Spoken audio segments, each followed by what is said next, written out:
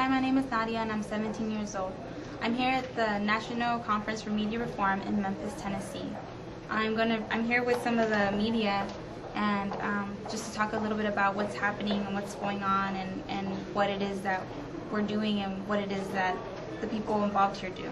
So if you would introduce yourself, tell me who you're with and what it is that you do. Well, thank you, Nadia. I appreciate being here with you and the folks who are watching us. My name is Andres Thomas Conteris. I work with Democracy Now! In Spanish, and our job is to get out independent media in this country, in the United States, as well as around the world. We started a bilingual program to get the word out in Spanish because so much of the news that we are getting out impacts the Spanish-speaking community, both in the United States and around the hemisphere, and indeed around the world. So can you tell us a little bit about why you're here? Well, Nadia, I'm here because so many of us are here because we really are very much concerned about the role of media in this country. We believe that it needs to be changed. We believe that reform is necessary because the owners of those who speak for us are becoming fewer and fewer, and those of us who want to give voice to the voiceless need to demand that the airwaves be public and that they not be controlled by a small minority of people who mostly do it through money and power. And so we are here as Democracy Now! And as many other organizations that have independent media as their forte, as their strong point, because we want others to know that we are there, and we want to spread the word. We want to spread the news about independence in telling the stories that are untold. We believe that young people have very much a role in this, and that their voices need to be heard, and independent media is a way to do that. So Democracy Now! Is one of many sources to which young and others can go in order to see a different perspective. Could you tell us a little bit about yourself and the events that led you to where you're at now, which is working for Democracy Now! Well, I really had my life changed when I was just about your own age, Nadia.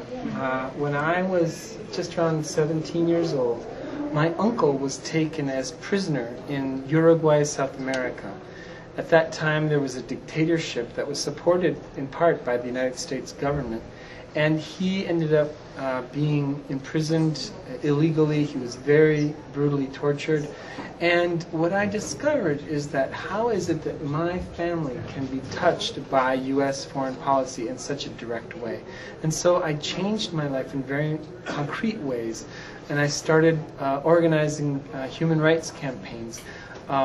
Amnesty International, the United Nations Human Rights Commission, the World Association of Christians Against Torture, the Human Rights Law Group. These are just a few of the organizations that became involved because I and others became part of this campaign to tell this story. And so later in my life, I realized that telling the story is such an important part in trying to bring change.